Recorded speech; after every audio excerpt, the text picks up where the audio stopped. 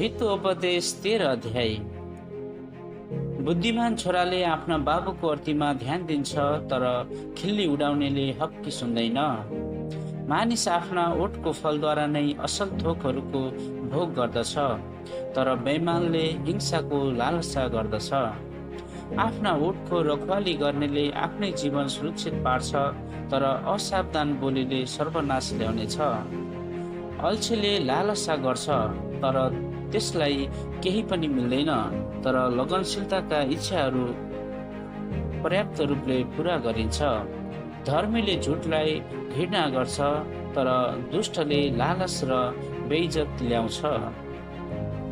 इमानदार मानिसलाई धार्मिकताले सुरक्षा गर्छ, तर दुष्टताले पापीको संहार गर्छ। कोही मानिस धनी भैटोप्लन्छ तापनि त्योसँग केही हुँदैन, कोही चाहिँ कंगाली भैटोप्लन्छ तापनि त्योसँग प्रशस्तै सम्पत्ति हुन्छ। सम्पत्तिले मानिसको जीवन शत्रुबाट छुटाउन सक्ला, तर गरिब मानिसले हक्की सुन्नु पर्दैन। धर्मी मानिसको बत्ती चम्किलो भएर बल्छ, तर दुष्टको बत्ती निभाइन्छ। घमण्डले केवल झगडा पोख्दछ, तर सरसल्लाह लिनेहरूमा बुद्धि पाइन्छ। बेमानीसँग कमाएको धन घट्दै जान्छ, तर अलिअलि गर्दै जम्मा गरेको धन बढ्दै जान्छ। आशा विलम्ब हुँदा मन मर्छ, तर इच्छा पूरा हुनु जीवनको रूप हो। अर्थीलाई तिरस्कार गर्नेले त्यसको मूल्य चुकाउनु पर्नेछ, तर आशालाई आधार गर्नेले इनाम पाउनेछ। बुद्धिमानको शिक्षा जीवनको पहरा हो, जसद्वारा मानिस मृत्युको पासोबाट उम्कन्छ। असल समझदारीले निगाह प्राप्त गर्छ, तर बेइमानको मार्ग चाहिँ कठिन हुन्छ।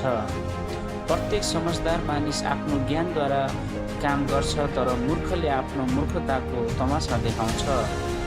दुष्ट सन्देशवाहक दुःखमा पर्छ, तर विश्वसनीय दूतले चङ्गाई लिएर आउँछ।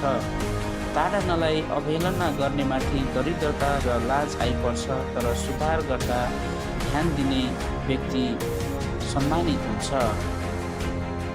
आफ्नो चाहना पूरा हुँदा प्राणलाई तृष्णा मिल्छ, तर मूर्खहरू खराबीबाट फर्कन मन पराउँदैनन्। बुद्धिमानसँग हिँड्ने बुद्धिमान नै बन्छ, तर मूर्खहरूको सङ्गत गर्नेले नोक्सानी पुग्छ। पापीहरूलाई दुर्भाग्यले लखेट्छ, तर धर्मीको इनाम नै समुन्नति हो।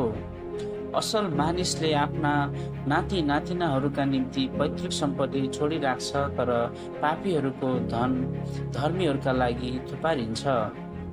गरिब मानिसको खेतबारीले प्रशस्तै अन्न उब्जाउँछ, तर अन्यायले त्यो खोसेर लैजान्छ। छडी नचलाउने बाबुले आफ्नो छोरालाई घृणा गर्छ, तर त्यसलाई प्रेम गर्ने बाबुले होसियार साथ त्यसलाई ताडना दिन्छ। धर्मीले पेटभरि मस्तीसँग खान्छ, तर दुष्टको पेट भोकभोकै हुन्छ। हितोपदेश 14 अध्याय। बुद्धिमान स्त्रीले आफ्नो घर निर्माण गर्छे, तर निर्बुद्धि स्त्रीले आफ्नै हातले आफ्नो घर भत्काउँछे। इमानसँग हिँड्नेले परमप्रभुको भय मान्छ, तर कुटिल मार्गमा हिँड्नेले उहाँलाई तुच्छ ठान्छ। मूर्खको बोलीले आफ्नै पीठमाथि लाठो ल्याउँछ, तर बुद्धिमानका ओठले त्यसको सुरक्षा गर्छन्। जहाँ गोरुहरू छैनन् त्यहाँ भकारी खाली रहन्छ, तर गोरुको बलले प्रशस्त फसल कटनी हुन्छ। साँचो साक्षीले छल गर्दैन, तर झुटो साक्षीले झुटा कुराहरूको वैरो ल्याउँछ। खिल्ली उडाउने व्यक्तिले बुद्धिको खोजी गर्छ, तर पाइँदैन, तर विवेकशील व्यक्तिलाई ज्ञान सजिलैसँग आउँछ। मूर्ख मानिसदेखि टाढै बस, किनभने त्यसका ओठमा ज्ञानको कुरो पाइँदैन। समझदार मानिसको बुद्धिले त्यसलाई सही बाटो दिन्छ, तर मूर्खहरूको मूर्खता चाहिँ धोका हो।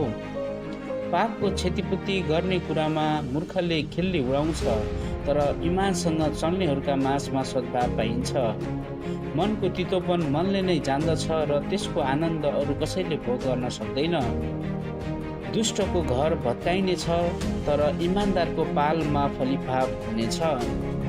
कुनै बाटो मानिसको नजरमा ठिक देखिएला तर अन्त्यमा त्यसले मृत्युमा पुर्याउँछ। मुखमा हाँसो भए पनि हृदयमा वेदना हुन सक्छ र हर्षको अन्त चाहिँ शोकमा हुन सक्छ।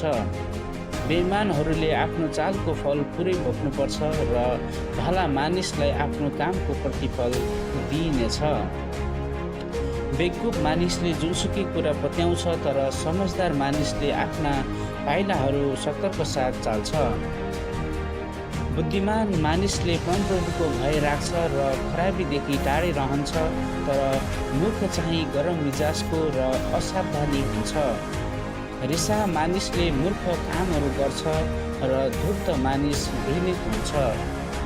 अज्ञानीले मूर्खता कमाउँछ तर समझदारहरूले ज्ञानको मुकुट लाउँछन्। खराब मानिसहरू असल मानिसहरूका सामु र दुष्टहरू धर्मीहरूको ढोका अघि झुक्नुपर्छ।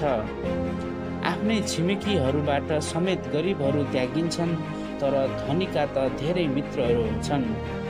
आफ्नो छिमेकीलाई हेला गर्नेले पाप गर्छ, तर त्यो मानिस धन्य हो जसले दरिद्रलाई दया गर्छ। के खराब योजना रच्नेहरू बरालिँदैनन् र? तर असल योजना बनाउनेहरूले प्रेम र इमानदारी प्राप्त गर्छन्। सबै कठोर परिश्रमले लाभ हुन्छ, तर पुरै मात्र गर्ने चाहिँ दरिद्रतामा पुग्छ। बुद्धिमानको सम्पत्ति तिनीहरूको मुकुट हो, तर मूर्खहरूको मूर्खता नै उत्पन्न गराउँछ। साँचो साक्षीले जीवन बचाउँछ, तर झुटो साक्षी छली हुन्छ। जसले परमप्रभुको भय मान्छ त्यसको सुरक्षित किल्ला हुन्छ र त्यसका छोराछोरीका निम्ति यो एक शरण स्थान हुनेछ। परमप्रभुको भय जीवनको मूल हो, जसद्वारा मानिस मृत्युको पासोहरूबाट हुम्कन्छ। प्रजाको ठुलो सङ्ख्याले राजा गौरववन्ती हुन्छ, तर प्रजा बिनाको शासन नष्ट हुन्छ। धैर्यवान मानिसको समशक्ति अपार हुन्छ, तर गरम मिजाजको मानिसले आफ्नै मूर्खता प्रदर्शन गर्छ। शान्त हृदयले शरीरलाई जीवन दिन्छ र डाहाले हड्डी मकाउँछ। गरिबलाई थिचोमिचो गर्नेले तिनीहरूका सृष्टिकर्ताप्रति अवहेलना देखाउँछ, तर दरिद्रतालाई दया देखाउनेले परमेश्वरको आदर गरेको हुन्छ। आपत्ति आइपर्दा दुष्टहरूको पतन हुन्छ, तर धर्मीले चाहिँ मृत्युमा समेत आश्रय पाउँछन्। विवेकीको हृदयमा बुद्धिले वास गर्छ, मूर्खहरूका मासमा समेत बुद्धिले आफूलाई प्रकट गराउँछ।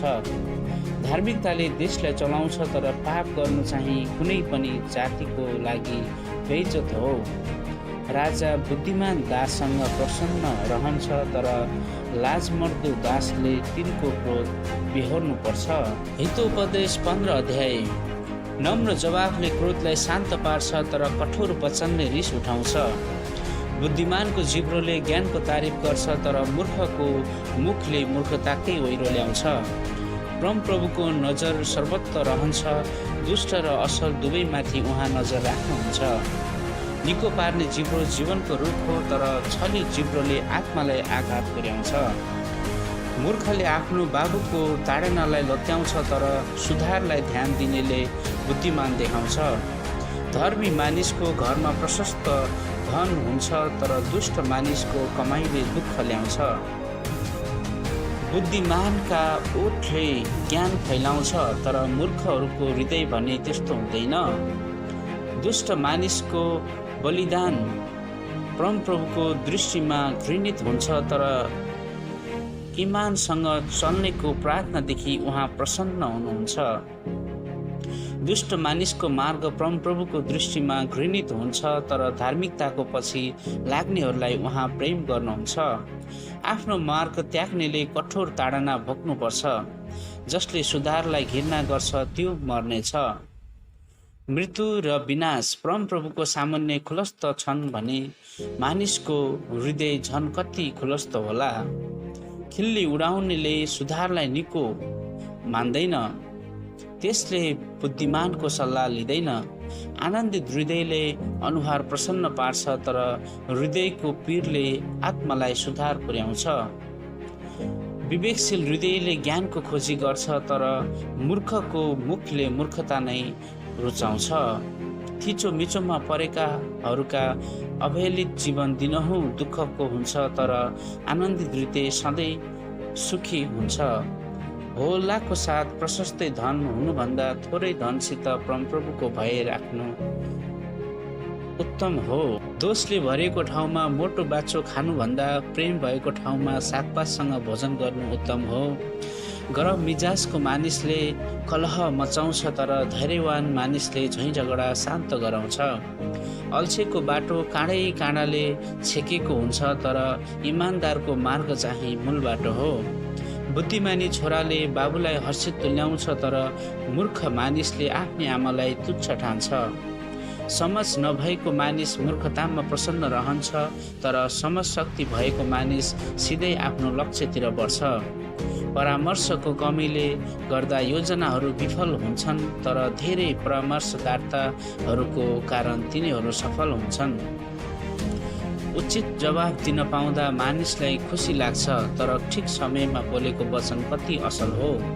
जीवनको मार्गले बुद्धिमानलाई उँभोतिर डोर्याउँछ, तर उसलाई उँधो पातालतिर जानदेखि जोगाउँछ। परमप्रभुले अहङ्कारी मानिसको घर भत्काउनुहुन्छ, तर विधवाको सात सिमाना उहाँले अखण्ड राख्नुहुन्छ। परमप्रभुले दुष्टका विचारहरूलाई घृणा गर्नुहुन्छ, तर दुष्ट मानिसका विचारहरूमा उहाँ प्रसन्न हुनुहुन्न। लोभी मानिसले आफ्नो परिवारमा सङ्कष्ट ल्याउँछ, तर जसले घुसलाई घृणा गर्छ त्यो जिउनेछ। धर्मीको हृदयले जवाफ दिन अघि त्यसलाई चोक्दछ, तर दुष्टको मुखले खराबी बकवास गर्छ। परमप्रभु दुष्टदेखि टाढै रहनुहुन्छ, तर उहाँले धर्मीको प्रार्थना सुन्नुहुन्छ। हँसिलो चेहराले हृदयलाई हर्षित तुल्याउँछ, र शुभ समाचारले हड्डीलाई स्वस्थ पार्छ। जसले जीवन दिने हप्किदिन्छ, त्यसले बुद्धिमानहरूका माझमा सङ्गत पाउँछ। अनुशासन र व्यवस्था गर्नेले आफैलाई घृणा गर्छ, तर सुधारलाई ध्यान दिनेले समशक्ति प्राप्त गर्छ। परमप्रभुको भयले मानिसलाई बुद्धि सिकाउँछ, र आदर पाउन अघि नम्रता आउँछ।